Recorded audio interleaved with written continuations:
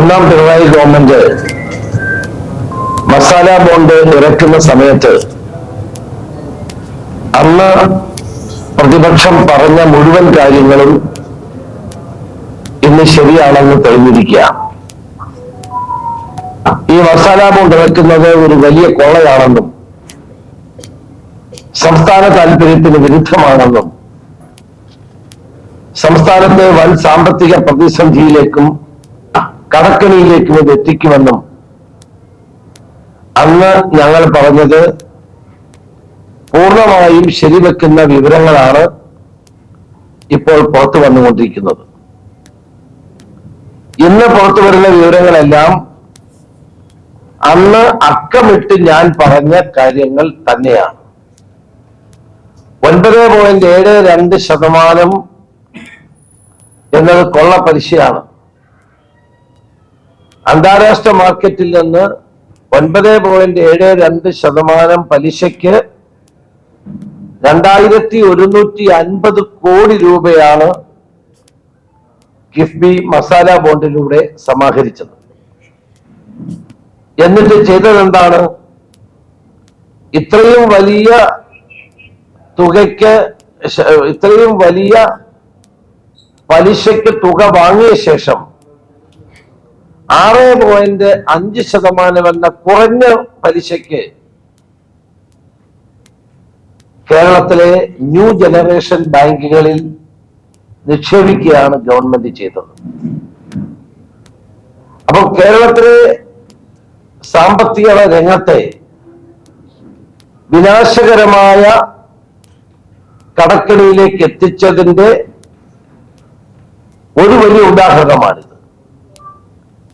ഇതിൽ നിന്ന് അന്നത്തെ ഗവൺമെന്റിനും അന്നത്തെ ധനകാര്യമന്ത്രി തോമസ് ഐസക്കിനും ഒരിക്കലും മാറി നിൽക്കാൻ സാധ്യമല്ല. ഇന്ന് മാധ്യമങ്ങളിലൂടെ പുറത്തു വന്ന വാർത്ത അന്ന് ഞാൻ പറഞ്ഞതാണ്. അന്ന് ഞാൻ പറഞ്ഞ സന്ദർഭത്തിൽ ഐസക്ക് ഇത് മുഴുവൻ നിഷേധിച്ചതുമാണ്. എന്നാൽ അന്ന് ധനകാര്യ സെക്രട്ടറി ആയിരുന്ന മനോജ് ജോഷിയും ചീഫ് സെക്രട്ടറി ആയിരുന്ന ടോം ജോസും ഈ മസാല ബോണ്ട് വാങ്ങുന്നതിനെ ശക്തമായി എതിർത്ത് ഫയലിൽ എഴുതിയിരുന്നു എന്ന വസ്തുതയും ഞാൻ പറഞ്ഞതാണ്. അങ്ങനെ ചീഫ് സെക്രട്ടറിയും ധനകാര്യ സെക്രട്ടറിയും ശക്തമായ എതിർപ്പ് പ്രകടിപ്പിച്ചിട്ടും മസാല ബോണ്ട് കൂടിയ പലിശയ്ക്ക് വാങ്ങാൻ എന്തിനാണ് തോമസ് ഐസക്ക് നിർബന്ധം കാണിച്ചത്? ഇത് കേരളത്തെ സാമ്പത്തികമായി തകർക്കും എന്ന ബോധ്യമുണ്ടായിട്ടും എന്തിനാണ് കേരളത്തിന്റെ ധനകാര്യമന്ത്രി ഇത്ര വാശി ഈ കാര്യത്തിൽ സ്വീകരിച്ചത്? സംസ്ഥാന മുഖ്യമന്ത്രി ശ്രീ പിണറായി വിജയൻ എന്തുകൊണ്ടാണ് മസാല ബോണ്ട് ഇത്രയും വലിയ കൂടിയ പലിശയ്ക്ക് വാങ്ങാൻ അനുവദിച്ചത്? മസാല ബോണ്ട് വാങ്ങിയതാരാണ് എന്ന് പരിശോധിച്ചാൽ ഞാൻ ഈ ചോദിച്ച ചോദ്യങ്ങൾക്കെല്ലാം ഉത്തരമാകും. ആരാണ് ഈ മസാല ബോണ്ട് വാങ്ങിയത്? CDPQ എന്ന കനേഡിയൻ കമ്പനിയാണ് മസാല ബോണ്ട് വാങ്ങിയത്. ആരാണ് ഈ CDPQ? CDPQ എന്ന് പറയുന്ന ഈ കമ്പനി കുപ്രസിദ്ധമായ ലാവ്ലിൻ കമ്പനിയുമായി അടുത്ത ബന്ധമുള്ള ഒരു സ്ഥാപനമാണ്. ലാവ്ലിൻ കമ്പനിയിലെ 20% ഷെയർ CDPQ എന്ന് പറയുന്ന കനേഡിയൻ കമ്പനിയുടേതാണ്. അതായത് ലാവ്ലിൻ കമ്പനിയെ നിയന്ത്രിക്കാനുള്ള ശക്തിയുള്ള ഒരു കമ്പനിയാണ് കേരളത്തിലെ മസാല ബോണ്ട് വാങ്ങിയ CDPQ എന്ന കമ്പനി. നമുക്കെല്ലാവർക്കും ലാവ്ലിൻ കമ്പനിയും ശ്രീ പിണറായി വിജയനും തമ്മിലുള്ള ബന്ധം എല്ലാവർക്കും അറിയാവുന്നതാണ്. കുപ്രസിദ്ധമായ വൈദ്യുതി കരാറിലൂടെ ഉണ്ടായ തെറ്റായ നടപടികളിൽപ്പെട്ട് 7ാം പ്രതിയായി ഇപ്പോഴും ശ്രീ പിണറായി വിജയൻ സുപ്രീം കോടതിയുടെ മുന്നിൽ നിൽക്കുകയാണ്. അപ്പോഴാണ് ഈ മസാല ബോണ്ട് രഹസ്യമായി ലാവ്ലിൻ കമ്പനിയുമായി ബന്ധമുള്ള CDPQ വാങ്ങിയത് എന്നത് അതീവ ഗൗരവതരമായ ഒരു കാര്യമാണ്. അന്ന് ഞാൻ പറഞ്ഞ കാര്യമാണ്. അന്നത്തെ നിങ്ങളുടെ ഫുട്ടേജുകൾ ഉണ്ടെങ്കിൽ നിങ്ങൾക്ക് പരിശോധിക്കാം. അടിമുടി ദുരൂഹതയാണ് മസാല ബോണ്ടുമായി ബന്ധപ്പെട്ട് ഉണ്ടായത്. ബഹുമാനപ്പെട്ട കേരളത്തിലെ മുഖ്യമന്ത്രി ലണ്ടൻ സ്റ്റോക്ക് എക്സ്ചേഞ്ചിൽ പോയി മസാല ബോണ്ട് പുറത്തിറക്കുന്നത് 2019 May 17 London stock exchange public ഇഷ്യൂവായി 17 അപ്പോൾ പിണറായി വിജയൻ ലണ്ടൻ സ്റ്റോക്ക് എക്സ്ചേഞ്ചിൽ പോയി മണിയടിച്ച് മസാല ബോണ്ട് ഇറക്കുന്നത് 2019 മെയ് 17 ലണ്ടൻ സ്റ്റോക്ക് എക്സ്ചേഞ്ചിൽ പബ്ലിക് ഇഷ്യൂവായി ലിസ്റ്റ് ചെയ്യുന്നത് 2019 ഏപ്രിൽ 1 ഞാൻ ഈ പറയുന്ന തീയതികൾ നിങ്ങൾ നോട്ട് ചെയ്യണം. എന്നാൽ ഇതിനൊക്കെ മുമ്പേ 2019 മാർച്ച് 26 29 ഇടയ്ക്ക് മസാല ബോണ്ടുകളുടെ ഇടപാട് കനേഡിയൻ കമ്പനിയുമായ CDPQവായി നടന്നു കഴിഞ്ഞു. മാർച്ച് 26 29 ഇടയ്ക്ക് മസാല ബോണ്ടുകളുടെ ഇടപാട് കനേഡിയൻ കമ്പനിയുമായ CDPQവുമായി നടന്നു കഴിഞ്ഞു. കിഫ്ബിക്ക് മാർച്ച് 29 പണവും ലഭിച്ചു. നമ്മൾ ആലോചിക്കണം. അതായത് രഹസ്യമായ കച്ചവടം നടത്തി പണവും വാങ്ങിയ ശേഷമാണ് ലണ്ടൻ സ്റ്റോക്ക് എക്സ്ചേഞ്ചിൽ പബ്ലിക് ഇഷ്യൂവായി ലിസ്റ്റ് ചെയ്തത്. മുഖ്യമന്ത്രി കൊട്ടിഘോഷിച്ചു കൊണ്ടുവന്ന് ലണ്ടൻ സ്റ്റോക്ക് എക്സ്ചേഞ്ചിൽ മണിയടിച്ചത്. ഇതൊരു വേഷം കെട്ടലായിരുന്നു. അപ്പോൾ വളരെ ദുരൂഹമായ ഒരു ഇടപാടാണ് ഈ മസാല ബോണ്ടുമായി ബന്ധപ്പെട്ട് കേരളത്തിൽ നടന്നത്. ഇവിടെ മെയ് 2019 മെയ് 17 ലണ്ടൻ സ്റ്റോക്ക് എക്സ്ചേഞ്ചിൽ പബ്ലിക് ഇഷ്യൂവായി ലിസ്റ്റ് ചെയ്യുന്നത്. അത് 2019 ഏപ്രിൽ 1 പബ്ലിക് ഇഷ്യൂവായി ലിസ്റ്റ് ചെയ്യുന്നത്. എന്നാൽ അതിനൊക്കെ മുമ്പ് തന്നെ ഈ ഇടപാടുകൾ പൂർത്തിയായിരുന്നു. ഈ ഇടപാടുകൾ അതിനു മുമ്പ് നടന്നു കഴിഞ്ഞു, പണം ലഭിച്ചു കഴിഞ്ഞു. ഇതൊരു പ്രധാനപ്പെട്ട കാര്യം കൂടി എനിക്ക് പറയാനുള്ളത്, മസാല ബോണ്ടുകൾ പബ്ലിക് ഇഷ്യൂ ചെയ്യുന്നതിന് മുമ്പ് തന്നെ രഹസ്യമായി പ്രൈവറ്റായി പ്ലേസ് ചെയ്തിരുന്നു എന്നതാണ് ഇതിലൂടെ തെളിയുന്ന ഏറ്റവും പ്രധാനപ്പെട്ട കാര്യം. അപ്പൊ പബ്ലിക് ഇഷ്യൂ ആകുന്നതിന് മുമ്പ് ഈ മസാല ബോണ്ടുകൾ രഹസ്യമായി പ്രൈവറ്റ് പ്ലേസ്മെന്റിലൂടെ CDPQവിന് ലഭിച്ചു എന്നാണ് നമുക്ക് കാണാൻ കഴിയുന്നത്. ഇതെവിടെയാണ് നടന്നത്? കാനഡയിലെ ക്യൂബിക് പ്രവിശ്യയിലുള്ള ഈ കനേഡിയൻ കമ്പനിയുമായി കച്ചവടം നടന്നു. ഈ ഇടപാടുകൾ നടക്കുന്നത് കാനഡയിലെ ക്യൂബിക് പ്രവിശ്യയിലാണ് നടക്കുന്നത്. ഇതെല്ലാം അന്ന് ഞാൻ പറഞ്ഞ കാര്യമാണ്, ഇപ്പോഴും ഞാൻ വീണ്ടും ആവർത്തിക്കുന്നു. പിണറായി വിജയൻ ഗവൺമെന്റിന് ഈ കാനഡയുമായിട്ട് ഇത്രയും വലിയ ബന്ധം എന്താണ്? ഇത്രയും വലിയ ഇഷ്ടം എന്താണ്? മാത്രവുമല്ല, ഈ ഇടപാടിനെ പറ്റിയെല്ലാം മുൻപ് കാനഡക്കാർ തിരുവനന്തപുരത്ത് വന്ന് മന്ത്രിയെയും ബന്ധപ്പെട്ടവരെയും കണ്ടിരുന്നോ? ഐസക് വ്യക്തമാക്കേണ്ട കാര്യമാണ്. CDPQ എന്ന് പറയുന്ന ഈ കമ്പനിയുടെ യഥാർത്ഥ ഉടമകൾ, അവരുടെ പ്രതിനിധികൾ തിരുവനന്തപുരത്ത് വന്നിരുന്നില്ലേ? ഐസക് വ്യക്തമാക്കട്ടെ. അതിൽ എത്ര പേര് വന്നു എന്ന് ഐസക് പറയട്ടെ, ആരുമായൊക്കെ സംസാരിച്ചു എന്ന് ഐസക് പറയട്ടെ, അവരെവിടെയാണ് താമസിച്ചതെന്ന് ഐസക് പറയട്ടെ. ഇതൊക്കെ അന്നത്തെ ധനകാര്യമന്ത്രിയായ തോമസ് ഐസക് വെളിപ്പെടുത്തേണ്ട കാര്യമാണ്. അപ്പൊ ധനകാര്യ വകുപ്പിന്റെ സെക്രട്ടറിയും ചീഫ് സെക്രട്ടറിയും ഫയലിൽ എതിർപ്പ് പ്രകടിപ്പിച്ചിട്ടും ഐസക് മസാല ബോണ്ട് ഇറക്കാൻ നിർബന്ധം പിടിച്ചത് ഈ കനേഡിയൻ കമ്പനിയുമായിട്ടുള്ള ബന്ധം കൊണ്ടല്ലേ? ലാവ്ലിൻ കമ്പനിയിൽ 20% ഷെയറുള്ള CDPQ എന്ന് പറയുന്ന കമ്പനി ഇവിടെ താല്പര്യം സംരക്ഷിക്കാൻ വേണ്ടിയല്ലേ ഇത്ര രഹസ്യമായ ഈ പ്ലേസ്മെന്റ് നടത്തിയത്? ഇവിടെ ബാങ്കുകളിലിട്ട് നമുക്കറിയാം, ഇവിടുത്തെ ബാങ്കുകളിൽ 9.72% മസാല ബോണ്ട് വാങ്ങുന്നു. എന്നിട്ട് അത് നമ്മൾ ബാങ്കിലിടുമ്പോൾ കേരളത്തിലെ അവിടുന്ന് കിട്ടുന്ന പണം ചെറിയ തുകയ്ക്ക് 6.2%, 6.5% ഇങ്ങനെയുള്ള കുറഞ്ഞ തുകയ്ക്ക് നമ്മൾ ന്യൂ ജനറേഷൻ ബാങ്കിൽ അത് ഡിപ്പോസിറ്റ് ചെയ്യാം. ആ വ്യത്യാസം സംസ്ഥാനത്തിനൊരു വലിയ സാമ്പത്തിക നഷ്ടമല്ലേ ഉണ്ടാക്കുന്നത്? ഇവിടെ ബാങ്കിൽ ഇട്ട വഴി വലിയ സാമ്പത്തിക നഷ്ടം സംസ്ഥാന ഗവൺമെന്റ് ഉണ്ടായി. ഇതിന് ഉത്തരവാദികൾ ആരാണ്? മുഖ്യമന്ത്രി, അന്നത്തെ മുഖ്യമന്ത്രിയും ഇന്നത്തെ ധനകാര്യമന്ത്രിയും അല്ലേ? അന്ന് കണക്ക് കൂട്ടിയത് ഇങ്ങനെയാണ്: 5 വർഷം കൊണ്ട് മസാല ബോണ്ടിന്റെ പലിശ നൽകേണ്ടത്, പലിശ മാത്രം 1045 കോടി രൂപ.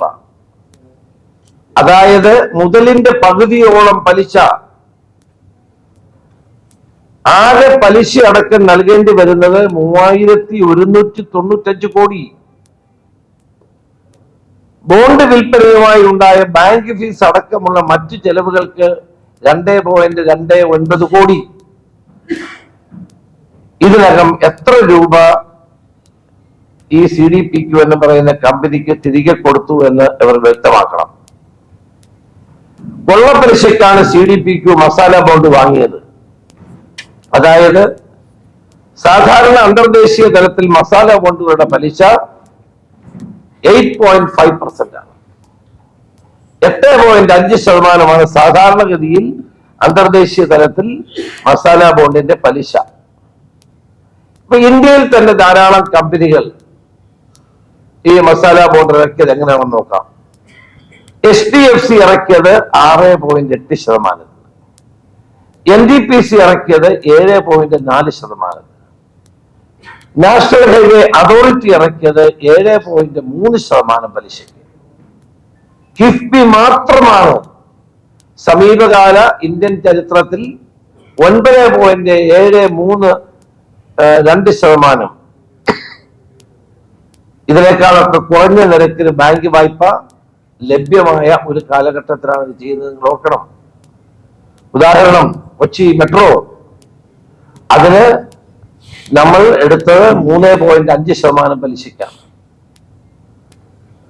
കേന്ദ്ര ഗവൺമെന്റിന്റെ പല ഏജൻസികൾ പോലും 8.5%, 7.4%, 7.3% ഒക്കെ മസാല ബോണ്ട് ഇറക്കിയപ്പോൾ നമ്മൾ 9.732% ഇവിടെ മസാല ബോണ്ട് ഇറക്കുന്നത്.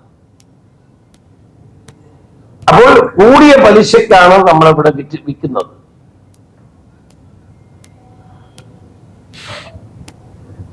ഈ കൊള്ളപ്പലിശ ആകുമ്പോഴാണ് ആർക്കാണ് ഇതിന്റെ ലാഭം? ഇത്രയും വലിയ പലിശ ഉണ്ടാകുമ്പോൾ ലാഭം ആർക്കാണ്? അതിന്റെ കമ്മീഷൻ ആർക്കാണ് കിട്ടുന്നത്? അപ്പോഴാർക്കൊക്കെയാണ് കമ്മീഷൻ ലഭിച്ചത്? ഇനിയും തുടർച്ചയായി ഇത്തരം കാര്യങ്ങൾ കൂടി പുറത്തു വരും എന്ന് ഞാൻ പ്രതീക്ഷിക്കുകയാണ്. ഇതിന്റെ കമ്മീഷൻ എത്രയായിരുന്നു? ഇതിനാർക്ക് കമ്മീഷൻ കിട്ടി? CDPQവിന് എത്ര ലാഭം ലഭിച്ചു? ഇതെല്ലാം വഴിയെ പുറത്തു വരാൻ പോകുന്ന കാര്യങ്ങളാണ്. ധനകാര്യമന്ത്രിയായിരുന്ന തോമസ് ഐസക് പറഞ്ഞ തന്റെ മന്ത്രി എന്നുള്ള നിലയിലുള്ള ഉത്തരവാദിത്വം നിറവേറ്റുകയാണ് താൻ ചെയ്തത്. ധനകാര്യമന്ത്രി എന്നുള്ള നിലയിൽ കേരളത്തെ വൻ സാമ്പത്തിക പ്രതിസന്ധിയിലേക്ക് എത്തിക്കുകയാണോ അദ്ദേഹത്തിന്റെ കടമ? താൻ പിടിക്കപ്പെടുമെന്ന് കണ്ടപ്പോൾ ഇപ്പൊ മുഖ്യമന്ത്രിയെ കൂടി കൂട്ടുപിടിക്കുകയാണ്. തനിക്ക് മാത്രമല്ല ഉത്തരവാദിത്വം, മുഖ്യമന്ത്രിക്കുമാണ് ഉത്തരവാദിത്വം എന്ന് പറഞ്ഞ് അതിൽ നിന്ന് ഒഴിയാനാണ് ശ്രീ ഐസക് ശ്രമിക്കുന്നത്. ഇതിൽ ഐസക്കിന്റെ വളരെ നിർണായകമായ ഇടപെടലാണ് ഉണ്ടായിട്ടിരിക്കുന്നത്. മസാല ബോണ്ട് ഇറക്കുന്ന കാര്യത്തിൽ ഏറ്റവും ശക്തമായ നിലപാട് സ്വീകരിച്ച വ്യക്തി അദ്ദേഹമായിരുന്നു. അതിന്റെ പിന്നിൽ മുഖ്യമന്ത്രിയുടെ പങ്കും അന്വേഷിക്കണമെന്നാണ് അദ്ദേഹം പറയുന്നത്. അന്വേഷിക്കണമെന്നാണ് എന്റെ അഭിപ്രായം. പിന്നെ ഞാൻ ചോദിക്കട്ടെ, ഇപ്പൊ ഏതെങ്കിലും ഒരു അന്വേഷണ ഏജൻസി നമ്മളെ അന്വേഷണത്തെ വിളിച്ചാൽ നമ്മളെന്തിനാ ഓടി ഓടിക്കുന്നത്? ഒന്നും മറക്കാനില്ലെങ്കിൽ നമുക്ക് സത്യം പറഞ്ഞുകൂടെ? അപ്പോൾ ആ സത്യം പുറത്തു വരുമെന്നുള്ള ഭയം കൊണ്ടല്ലേ അന്വേഷണ ഏജൻസികൾ വിളിച്ചാൽ പോകാത്തത്? ഞാൻ ഈ കാര്യം പറയുന്നതിന്റെ പ്രധാനപ്പെട്ട കാരണം, അന്ന് പ്രതിപക്ഷ നേതാവെന്നുള്ള നിലയിൽ ഞാൻ നിങ്ങളുടെ മുമ്പിൽ ഈ മസാല ബോണ്ടുമായി ബന്ധപ്പെട്ട് അവതരിപ്പിച്ച കാര്യങ്ങൾ 100% സത്യസന്ധമാണ് എന്ന് അടിവരയിടുന്ന സംഭവങ്ങളാണ് ഇപ്പോൾ വന്നുകൊണ്ടിരിക്കുന്നത്. അതുകൊണ്ട് ഇതിന് കേരളത്തെ വൻതോതിലുള്ള കടക്കണിയിലേക്ക് എത്തിച്ച ഈ മസാല ബോണ്ട് ഇടപാട് അന്വേഷിക്കപ്പെടേണ്ടത് തന്നെയാണ്. ഇത് കേരളത്തിലെ ജനങ്ങളെയും കേരളത്തിലെ സാധാരണക്കാരനെയും തലയിൽ വലിയ തോതിലുള്ള ഭാരം അടിച്ചേൽപ്പിച്ച ഒന്നാണ്. മാത്രവുമല്ല, ഇതിന്റെ ഒരു ക്ലോസ് വളരെ പ്രധാനപ്പെട്ടതാണ്. മസാല ബോണ്ടിന് ഇറക്കി നമ്മൾ പണം കൈപ്പറ്റി കഴിഞ്ഞാൽ അന്നേ ആ ദിവസം മുതൽ ഇൻട്രസ്റ്റ് അടയ്ക്കണം. ആ നിമിഷം മുതൽ നമ്മൾ ഇൻട്രസ്റ്റ് അടയ്ക്കാൻ ബാധ്യസ്ഥരാവുകയാണ്. അതുപയോഗിച്ചുകൊണ്ടുള്ള ഏതെങ്കിലും പദ്ധതി പ്രവർത്തനം നടത്തുകയോ അതിൽ നിന്ന് റവന്യൂ ജനറേഷൻ ഉണ്ടാവുകയോ ചെയ്തിട്ടല്ല തിരിച്ചടയ്ക്കുന്നത്. ആ എടുക്കുന്ന ദിവസം മുതലുള്ള പലിശ അടയ്ക്കണം. അപ്പൊ ഇതിന്റെ ടോട്ടൽ ബെനിഫിഷ്യറി എന്ന് പറയുന്നത് CDPQ ആണ്. അവർക്ക് വൻതോതിലുള്ള സാമ്പത്തിക ലാഭം ഇതിലൂടെ ഉണ്ടായിരിക്കുന്നു.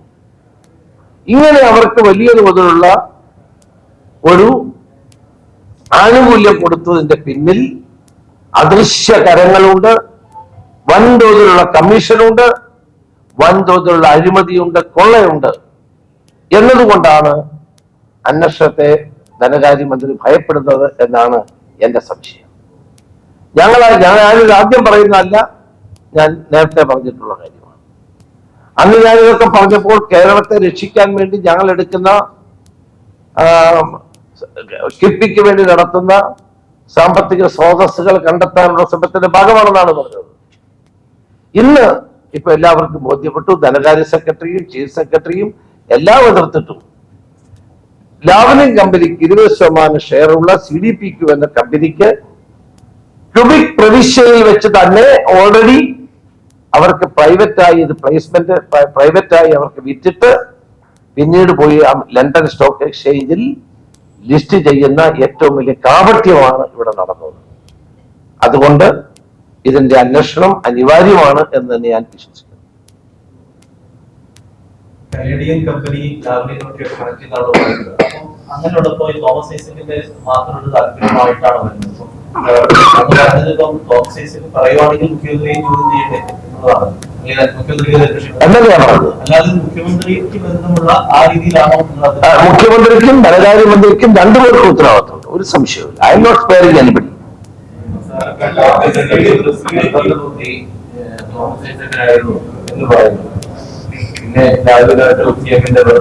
അല്ല, അങ്ങനെ തോമസ് ഐസക്ക് മാത്രം വിചാരിച്ചാൽ ഇത് കിഫ്ബിയുടെ ചെയർമാൻ ആരാണ്? മുഖ്യമന്ത്രി അല്ലേ? മുഖ്യമന്ത്രി അറിയാതെ ഇങ്ങനത്തെ കാര്യം ചെയ്യുമെന്ന് വിശ്വസിക്കുന്നുണ്ടോ? പക്ഷെ ധനകാര്യ വകുപ്പ് സെക്രട്ടറിയും ചീഫ് സെക്രട്ടറിയും എതിർത്തിട്ടും ഇത് മുന്നോട്ട് കൊണ്ടുപോയതും ഈ ഫയൽ നീക്കിയതുമെല്ലാം ധനകാര്യമന്ത്രിയാണ്. അതുകൊണ്ട് അദ്ദേഹത്തിന് പ്രാഥമിക ഉത്തരവാദിത്വമുണ്ട്. മുഖ്യമന്ത്രിയുടെ താല്പര്യമാണ് CDPQവിന് ഇത് കൊടുക്കുന്നത്. അത് രഹസ്യമായി കൊടുക്കുകയാണ്. അത് കഴിഞ്ഞിട്ട് എത്രയോ നാൾ കഴിഞ്ഞിട്ടാണ് പിന്നീട് പബ്ലിക് ഇഷ്യൂ ആയി അത് ലിസ്റ്റ് ചെയ്യപ്പെടുന്നത്. അപ്പൊ അന്ന് ഞാൻ ഈ ദുരൂഹത ചൂണ്ടിക്കാണിച്ച സന്ദർഭത്തിലെല്ലാം ധനകാര്യമന്ത്രി അതിനെ ആഗോളതലത്തിൽ ഞങ്ങൾക്ക് കിഫ്ബിയിലേക്ക് പണം വരാനുള്ള സ്രോതസ്സിനെ തടയാനാണ് ഞാൻ ശ്രമിക്കുന്നതെന്നാണ് പറഞ്ഞുകൊണ്ടിരുന്നത്. ഈ മസാല ബോണ്ട് അല്ലാതെ ഒരു സ്രോതസ്സും കിഫ്ബിയിലേക്ക് പിന്നെ ഉണ്ടായില്ല. അപ്പൊ ഇതൊരു വലിയ ചെയ്യാൻ പാടില്ലാത്ത ഒരു സാമ്പത്തിക കുറ്റമാണ് ഇവിടെ നടന്നിരിക്കുന്നത്. ചെയ്യാൻ പാടില്ലാത്ത കാര്യമാണ്. ഇതിനകത്ത് CDPQ എങ്ങനെ വന്നു, പ്രൈവറ്റായിട്ട് എങ്ങനെ ഇത് പ്ലേസ് ചെയ്തു, പ്രൈവറ്റായിട്ട് ആരും അറിയാതെ എങ്ങനെ ഇത് വാങ്ങി, ആരെല്ലാം തിരുവനന്തപുരത്ത് വന്നു, ഇത്തരം കാര്യങ്ങളൊക്കെ വളരെ പ്രസക്തമായിട്ടുള്ള കാര്യങ്ങളാണ്.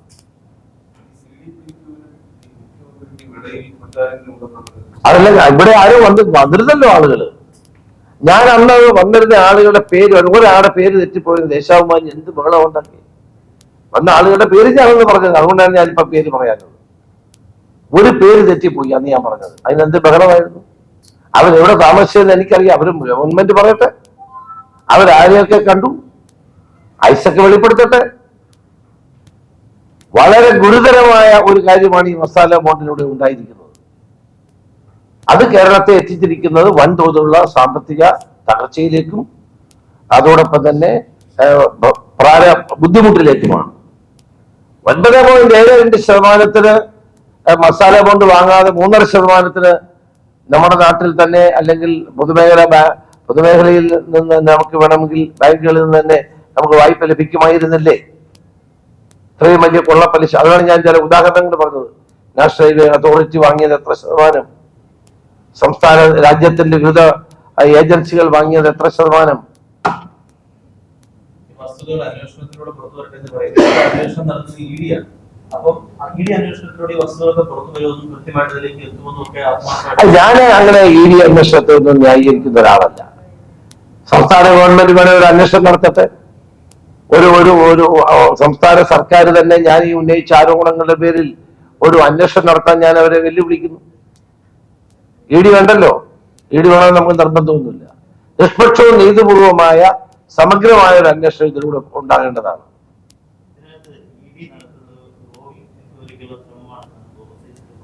എന്താണ്? അല്ല, പ്രാഥമിക അന്വേഷണമാണെന്നല്ലോ അവര് തന്നെ കോടതി പറഞ്ഞത്. ഇന്ന് അവര് പറഞ്ഞേക്കുന്ന കോടതി തന്നെ പറഞ്ഞ പ്രാഥമിക അന്വേഷണത്തെ എന്തിനാണ് ഭയപ്പെടുന്നതെന്ന് കോടതി തന്നെ ചോദിച്ചിരിക്കുകയാണ്. നിരവധിയായ ആരോപണങ്ങൾ കാലം ഇതിനെല്ലാം ശരിയാണെന്ന് തെളിയിച്ചുകൊണ്ടിരിക്കുകയാണ്. ഇതിനെ കൂടുതൽ അന്വേഷണം വേണം എന്നുള്ള ഒരു തരത്തിൽ ഏതെങ്കിലും കോടതിയെ സമീപിക്കാൻ തീരുമാനമെടുക്കുന്നു. അതിനെപ്പറ്റി ആലോചിക്കും. UDF-നും പ്രതിപക്ഷ നേതാവും മറ്റെല്ലാവരോട് ആലോചിച്ചായിരിക്കും ഇക്കാര്യം മുന്നോട്ട് പോകുന്നത്. എല്ലാം നോക്കാൻ നിങ്ങളോട് അന്വേഷിക്കുമല്ലേ, ഞാൻ തന്നെ ഇതെല്ലാം ഞാൻ തന്നെ കൊണ്ടുവന്നത്, നിങ്ങളാരും വന്ന് കൊണ്ടുവന്നില്ല.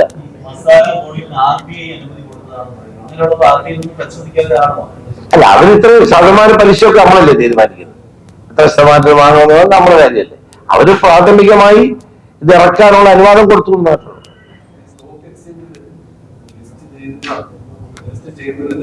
അതെ, പ്രൈവറ്റ് പ്ലേസ്മെന്റ് ആണ്, അതാണ് പ്രശ്നം. അത് ദുരൂഹമായി ചെയ്തതാണ്, അതാണ് നടന്നത്. ഞാൻ ഈ പറഞ്ഞ ഡേറ്റ് അതെ അതാണ് നടന്നത്. അതൊക്കെ ആയിരിക്കുമല്ലോ അവരെ അന്വേഷിക്കാൻ പോകുന്നത്. അന്വേഷിക്കട്ടെ, ഒരു സംശയവുമില്ല. മുഖ്യമന്ത്രിയുടെ താല്പര്യത്തിന് വേണ്ടി ഐസക്ക് നിന്നു കൊടുത്തതാണ്. അതുകൊണ്ടാണ് ഇപ്പൊ ഐസക്ക് പറഞ്ഞത് ഞാൻ മാത്രമല്ല ഉത്തരവാദി, എന്റെ വില മാത്രം വെക്കണ്ട എന്ന് ഐസക്ക് പറഞ്ഞത്. ഞാൻ പറഞ്ഞത് ശരിയാണെന്ന് വരികയല്ലേ.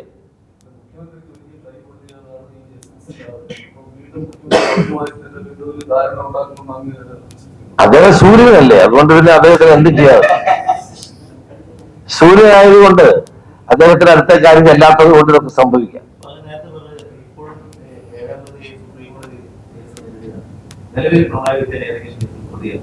അല്ല, അദ്ദേഹത്തിന് വേറെ ഏഴാമത്തെ പ്രതിയായിട്ട് തന്നെയുണ്ട്. CBI അതിനെതിരായിട്ടാണ് അപ്പീൽ പോയിരിക്കുന്നത്. അദ്ദേഹത്തെ വിട്ട കേസിൽ അതെ അതിനെതിരെ അപ്പീലാണ്. അപ്പോൾ അത് തന്നെ നിൽക്കുകയാണ്. അല്ലല്ല, അദ്ദേഹത്തെ വെറുതെ വിട്ട കേസിനെതിരെ അപ്പീൽ കൊടുക്കുമ്പോൾ ആ കേസിലെ പ്രതിയായിട്ടാണല്ലോ പോകുന്നത്.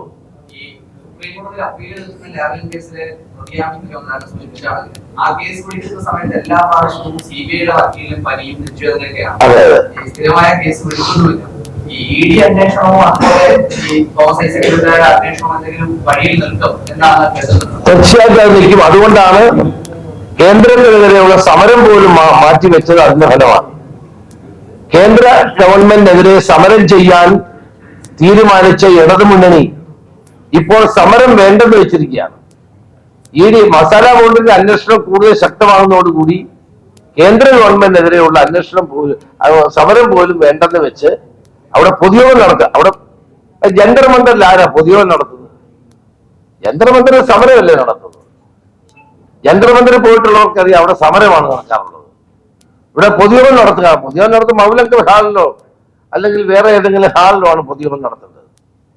അപ്പോൾ ഇങ്ങനെ മസാല ബോണ്ട് ഉൾപ്പെടെയുള്ള കേസുകൾ മുറുകുമ്പോൾ അത് ഈ കേന്ദ്ര ഏജൻസികൾ ശക്തമാകുമ്പോൾ അവരുടെ മുമ്പിൽ തലകുനിച്ചു കൊടുക്കുന്ന ഒരു മുന്നണിയെയും ഗവൺമെന്റിനെയുമാണ് നമ്മൾ കണ്ടുകൊണ്ടിരിക്കുന്നത്. ഇവർ തമ്മിലൊക്കെ ധാരണയാണ്, ഈ അന്തർധാരയാണ്.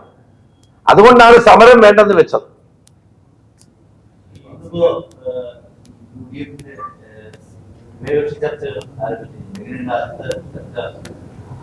അത് പറയേണ്ടത് പ്രതിപക്ഷ നേതാവ് UDF കൺവീനറുമാണ്. പക്ഷെ ചർച്ചയിൽ പങ്കെടുത്ത ഒരാളെന്നുള്ളതിൽ പ്രാഥമികമായ ചർച്ചയാണ് നടന്നത്. ഇനിയും വീണ്ടും അടുത്ത ദിവസം വീണ്ടും ചർച്ചയുണ്ട്.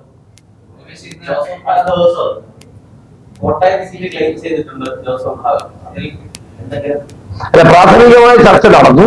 ബാക്കി അടുത്ത ദിവസം വീണ്ടും ഒരു ചർച്ചയുണ്ട്. അതെ,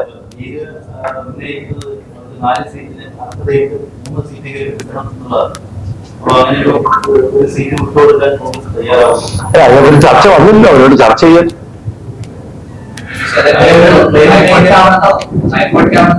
നടന്നതൊക്കെ അസാധാരണമായ സംഭവങ്ങളാണ് സഭയിൽ നിന്നുണ്ടായത്. ഈ ഗവർണറും സർക്കാരും തമ്മിലുള്ള ഒരു ഒത്തുകളിയായിട്ട് തോന്നുന്നു. സർക്കാരും ഗവൺമെന്റും തമ്മിലുള്ള ഒത്തുകളി തന്നെയാണ്. കാരണം ഗവർണറുടെ നയപ്രഖ്യാപന പ്രസംഗം അദ്ദേഹം നടത്തുകയും ചെയ്തു. എന്നാൽ അദ്ദേഹം കുറെ കാര്യങ്ങൾ അവസാനത്തെ പാരഗ്രാഫ് മാത്രമാണ് പറഞ്ഞത്. വാസ്തവത്തിൽ അത് നിയമസഭയോടുള്ള അവഹേളനമാണ്. അതിൽ ഗവൺമെന്റ് ഒരു പരാതിയില്ലല്ലോ. ഗവൺമെന്റിനോ ഗവൺമെന്റിന്റെ വക്താക്കൾക്കോ ഇതുവരെ അവരൊരു പരാതിയും പറഞ്ഞിട്ടില്ല. അപ്പൊ ഗവൺമെന്റിന്റെ കാര്യങ്ങൾ അദ്ദേഹം ചെയ്തു കൊടുക്കുകയും ചെയ്യുന്നുണ്ട്, അതേസമയം അദ്ദേഹം വിമർശിക്കുകയും ചെയ്യുന്നു. നമ്മൾ കാണേണ്ട ഒരു കാര്യമാണ്. ഗവൺമെന്റ് പറയുന്ന പണം, ഗവർണർ ആവശ്യപ്പെടുന്ന പണം സർക്കാർ അനുവദിച്ചു കൊടുക്കും, ഒരു പരാതിയില്ല. സർക്കാരിന് വേണ്ട എല്ലാ ബില്ലുകളിലും അദ്ദേഹം ഒപ്പിടുകയും ചെയ്യും. സർക്കാരിന് വേണ്ടി പ്രസംഗം നടത്തി, എന്നാൽ പ്രസംഗം മുഴുവൻ നടത്തിയില്ല. അപ്പൊ ഇവർ തമ്മിലുള്ള അന്തർധാര വളരെ വ്യക്തമാണ്.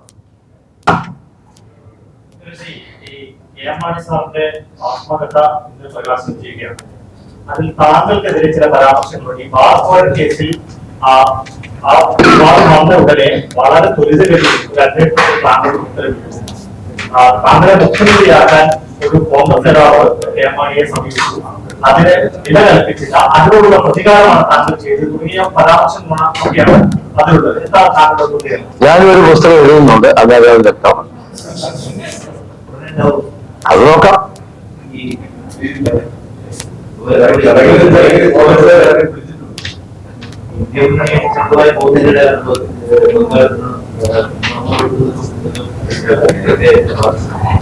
മമതാ ബാനർജിയുമായി ചർച്ചകൾ തുടരും. ആ പ്രശ്നങ്ങൾ പരിഹരിക്കാനാണ് കോൺഗ്രസ് നേതൃത്വം ശ്രമിക്കുന്നത്.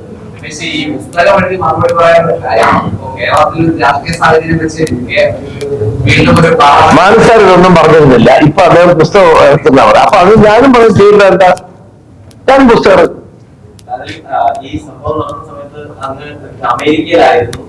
വളരെ വേഗത്തിൽ കാര്യമായി പരിഗണിച്ചാൽ അന്വേഷണം പ്രഖ്യാപിച്ചത് എന്നാണ്.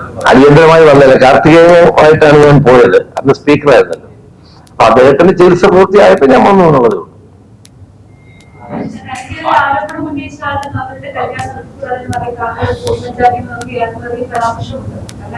പുസ്തകം കിട്ടിയില്ല. പുസ്തകം വായിക്കട്ടെ, എന്നിട്ടുണ്ട്. തന്നെ വേട്ടയാടിയ ഒരാളുടെ മകളുടെ കല്യാണത്തിൽ പങ്കെടുക്കാൻ പോയി ഉമ്മൻചാണ്ടി പിന്നീട് വിവാഹ സൽക്കാരം നടത്തി മാറുന്നു വിമർശനമുണ്ട്. ഞാൻ പറയും, എനിക്ക് പറയാനുള്ളത് എല്ലാവരും പുസ്തക രൂപത്തിൽ തന്നെ ഞാൻ നിങ്ങളുടെ മുമ്പിലെത്തി സംസാരിക്കുന്നുണ്ട്. നല്ല മുന്നേറ്റം ഉണ്ടാക്കാൻ കഴിയും എന്നാണ് വിശ്വാസം. അതെ, അല്ല, കഴിഞ്ഞ തവണ പാർലമെന്റ് തെരഞ്ഞെടുപ്പിൽ അവർ BJP-യോടൊപ്പം ശിവസേന. അതെ, അത് ED CBI തുടങ്ങിയിട്ടുള്ളവർ ഉണ്ടാക്കിയ ഗവൺമെന്റാണ്. അങ്ങനെ ഗവൺമെന്റ് ഉണ്ടാക്കുന്നവരെ ജനങ്ങൾ പണിഷ് ചെയ്യും. അതാണ് കർണാടകത്തിൽ നമ്മൾ കണ്ടത്. കർണാടകത്തിലെ തെരഞ്ഞെടുപ്പിൽ ജനങ്ങൾ അധികാരത്തിൽ കൊണ്ടുവന്ന ഗവൺമെന്റ് ആയിരുന്നില്ല ബൊമ്മെ ഗവൺമെന്റ്. അത് ED CBI കൂടെ ഉണ്ടാക്കിയ ഗവൺമെന്റാണ്. ആ ഗവൺമെന്റിന് ജനങ്ങൾ അവസരം കിട്ടിയപ്പോൾ പുറത്താക്കി. അതേ അവസ്ഥയായിരിക്കും മഹാരാഷ്ട്രയിലും ഉണ്ടാകുന്നത്. നടന്നുകൊണ്ടിരിക്കുകയാണ്. മഹാരാഷ്ട്രയിൽ ഞങ്ങൾ ഏതാണ്ട് 42 സീറ്റിൽ നല്ലൊരു ശതമാനം നല്ല പുരോഗതിയുണ്ട്. മൊത്തത്തിൽ ഒരുമിച്ച് നിൽക്കാനാണ് തീരുമാനം. ഈ മാസം അവസാനത്തോടുകൂടി ഞങ്ങളുടെ ചർച്ച പൂർത്തിയാണ്.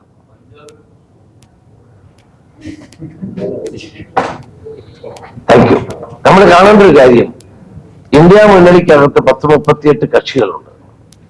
വ്യത്യസ്ത അഭിപ്രായക്കാരുണ്ടാവും, വ്യത്യസ്ത രീതിയിൽ ചിന്തിക്കുന്നവരുണ്ടാവും.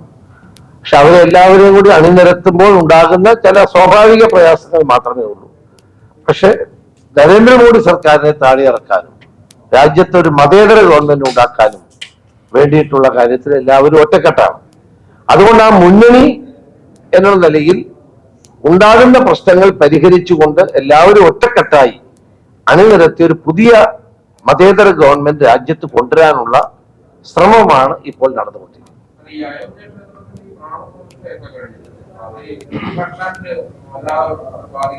എന്നെനിക്ക് തോന്നുന്നില്ല. കാരണം രാമനെ എല്ലാവരും ആദരിക്കുകയും ബഹുമാനിക്കുകയും ചെയ്യുന്നുണ്ട്, പൂജിക്കുന്നുണ്ട്. പക്ഷേ ആ പ്രാണപ്രതിഷ്ഠ ചെയ്യേണ്ടത് പ്രധാനമന്ത്രിയാണോ എന്നുള്ളതാണ് ഇവിടുത്തെ ചോദ്യം. 4 ശങ്കരാചാര്യന്മാർ അതിനെ ബോയ്ക്കോട്ട് ചെയ്തു. ഹിന്ദുമതത്തിന്റെ പ്രാമാണികത്വമുള്ളത് ശങ്കരാചാര്യന്മാർക്കാണ്. അവര് പോലും ഇതിനെ എതിർത്ത് ബോയ്ക്കോട്ട് ചെയ്തപ്പോൾ ഇതിന്റെ ആധികാരികതയെയും ഇതിന്റെ സാങ്ക്ടിറ്റിയെയും ആളുകൾക്ക് സംശയം ഉണ്ടാകുന്നു എന്നുള്ളതാണ് വസ്തുത. അതുകൊണ്ട് രാമക്ഷേത്രത്തിൽ പോകുന്നതിന് ആരും എതിരല്ല, പള്ളികളിൽ പോകുന്നതിന് ആരും എതിരല്ല. പക്ഷെ ഇവിടെ ഉണ്ടായത് അതല്ല. ഇത് രാഷ്ട്രീയ നേട്ടങ്ങൾക്ക് വേണ്ടി രാമപ്രതിഷ്ഠയെ, ആ ക്ഷേത്രത്തെ ഉപയോഗിച്ചു എന്നുള്ളതാണ് പ്രശ്നം. അപ്പൊ വരാൻ പോകുന്ന പാർലമെന്റ് തെരഞ്ഞെടുപ്പിനെ മുന്നിൽ കണ്ടുകൊണ്ട് പൂർത്തിയാക്കാത്ത രാമക്ഷേത്രത്തിന്റെ നിർമ്മാണമാണ് നടന്നത്. ക്ഷേത്രം പൂർത്തിയായിട്ടില്ല. പാർലമെന്റ് തെരഞ്ഞെടുപ്പ് വരുന്നു എന്ന് കണ്ടുകൊണ്ട് നേരത്തെ പ്രധാനമന്ത്രി തന്നെ ചെയ്തു. പണ്ട് സോമനാഥ ക്ഷേത്രം ഉദ്ഘാടനം ചെയ്തപ്പോൾ അന്ന് ഉദ്ഘാടനം ചെയ്തതും പ്രാണപ്രതിഷ്ഠ നടത്തിയതും ശങ്കരാചാര്യനാണ്. അന്നത്തെ രാഷ്ട്രപതി രാജേന്ദ്ര പ്രസാദ് അവിടെ ചെന്നിരുന്നു എന്ന് മാത്രമേ ഉള്ളൂ. രണ്ടും തമ്മിലുള്ള വ്യത്യാസം നിങ്ങൾ കാണണം. അപ്പൊ പരിപൂർണമായും ഒരു മതേതര രാജ്യത്ത് ചെയ്യാൻ പാടില്ലാത്ത പ്രവർത്തനമാണ് പ്രധാനമന്ത്രി ചെയ്തത്.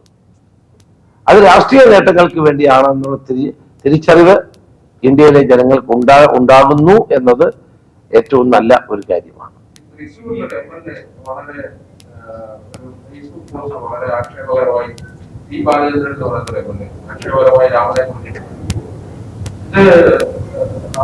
അത്തരത്തിലുള്ള പരാമർശങ്ങൾ അനാവശ്യമാണ്, അത് ചെയ്യാൻ പാടില്ലാത്തതാണ്.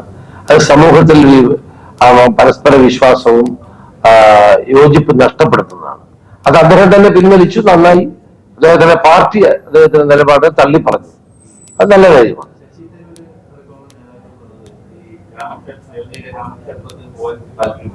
പക്ഷേ സമയം പിന്നീട് പോകും